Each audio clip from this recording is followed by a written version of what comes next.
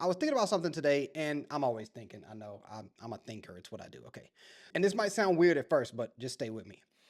I was thinking about how I expect good things to happen to me. And not in a fake, everything is amazing, delusional, manifestation, TikTok way, okay? But in a very calm, practical way. Like I really believe and expect good things to happen to me all the time. And the crazy part is, I didn't always feel this way. For most of my life, I actually expected things to go wrong.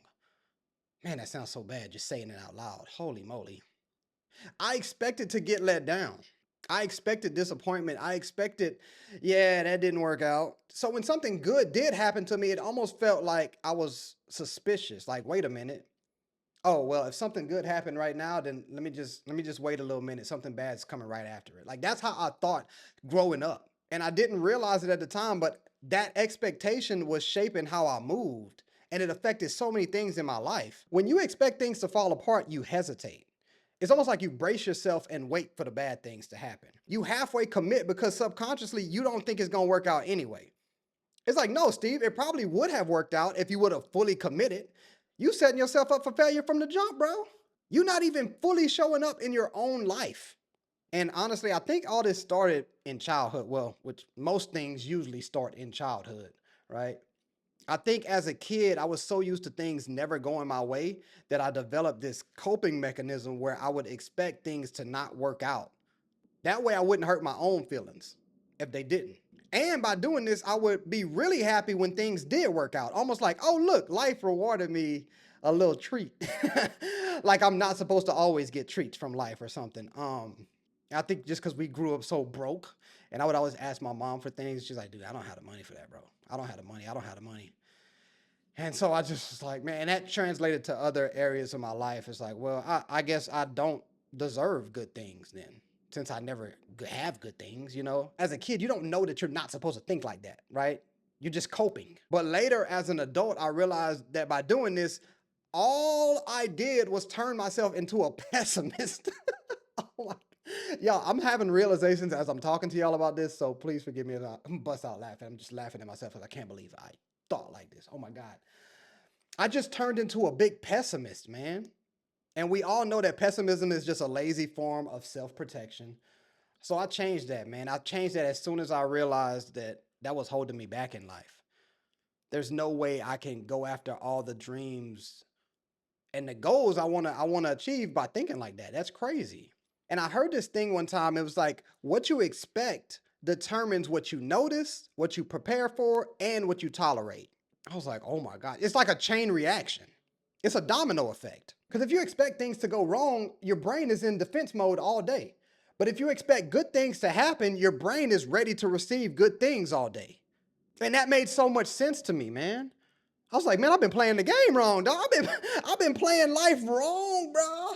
It's a completely different state to live from. And that's probably what they mean when they say heaven on earth. Oh, oh, man, we getting to it today, y'all. Oh man, I didn't even brace y'all for impact. We just went straight to it. And now let me be clear. Expecting good things to happen does not mean you feel some sense of entitlement. Okay, that's not what I'm talking about. Expectation is different. Expectation is saying, I'm doing the work, I'm paying attention, I'm actually growing, right? So I'm open to things going right. I don't think there's anything arrogant about that. That's just alignment, baby. And most people confuse the two. Entitlement is I wait for handouts. Expectation is more I prepare for the handoff. Ooh, listen, listen. Entitlement is waiting for handouts. Expectations is preparing yourself for the handoff, bruh. One is you just acting like a brat. The other one is you just waiting on the blessing. And I wanted to make an episode about this because I don't think I was the only one that thought like that. A lot of people are scared to expect good things. And I think that's just because hope feels a little risky. You know what I mean? Like if you expect nothing, then you can't be disappointed. Like I did as a kid. I didn't expect much. So when I got a little something, I was like, oh, yay, finally, a little something, a little something. And I was happy with that little something because I never got nothing. If you expect things to go wrong, you feel prepared when they do go wrong. Like, I knew it. It's like, of course you knew it. Did you put that energy out there? What do you think you was going to get back? Low expectations don't protect you from pain. They just protect you from possibilities. You know how many opportunities I probably missed out thinking like that? I don't even want to know how much. I'm probably gonna get depressed if I know.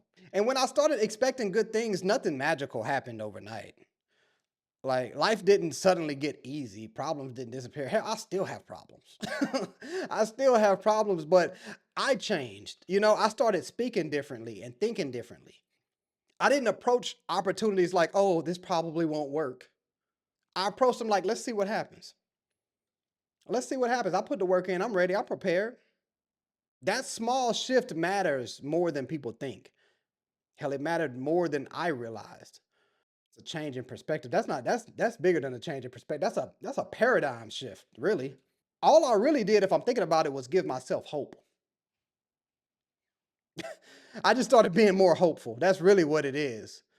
Another way to think about it is like if you walk into a room expecting rejection, your body already decided the outcome. Okay, so your tone changes when you're talking to people, your posture changes.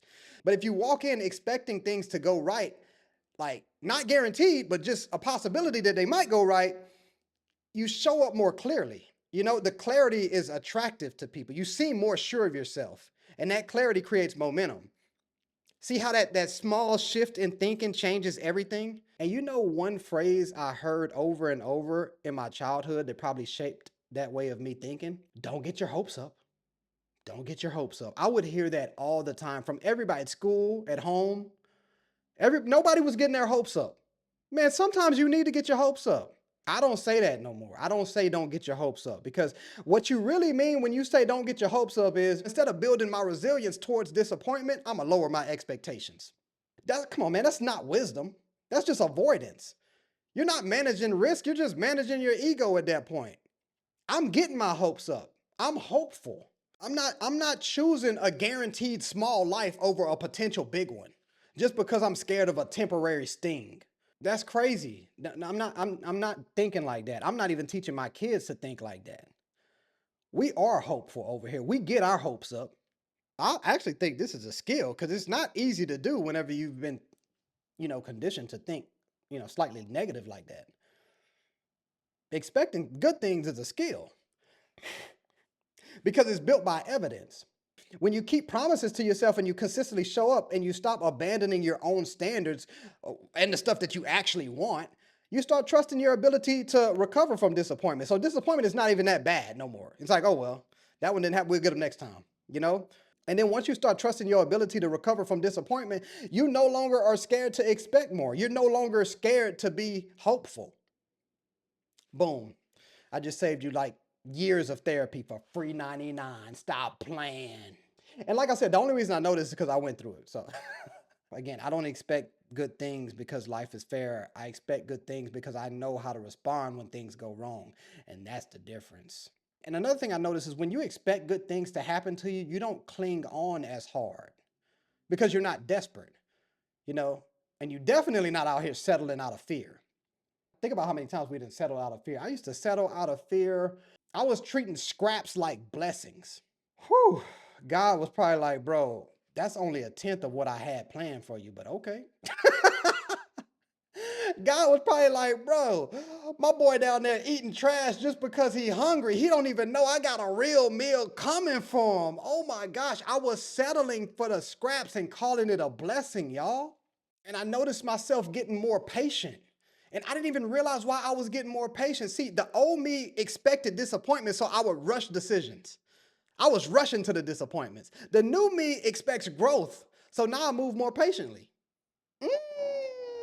Come on, man. I don't know if y'all feeling me on this episode, man. Come on, y'all. Hey, same life, different lens, and somehow I see so much better now. Oh, no pun intended. I got the lens on if you can't see.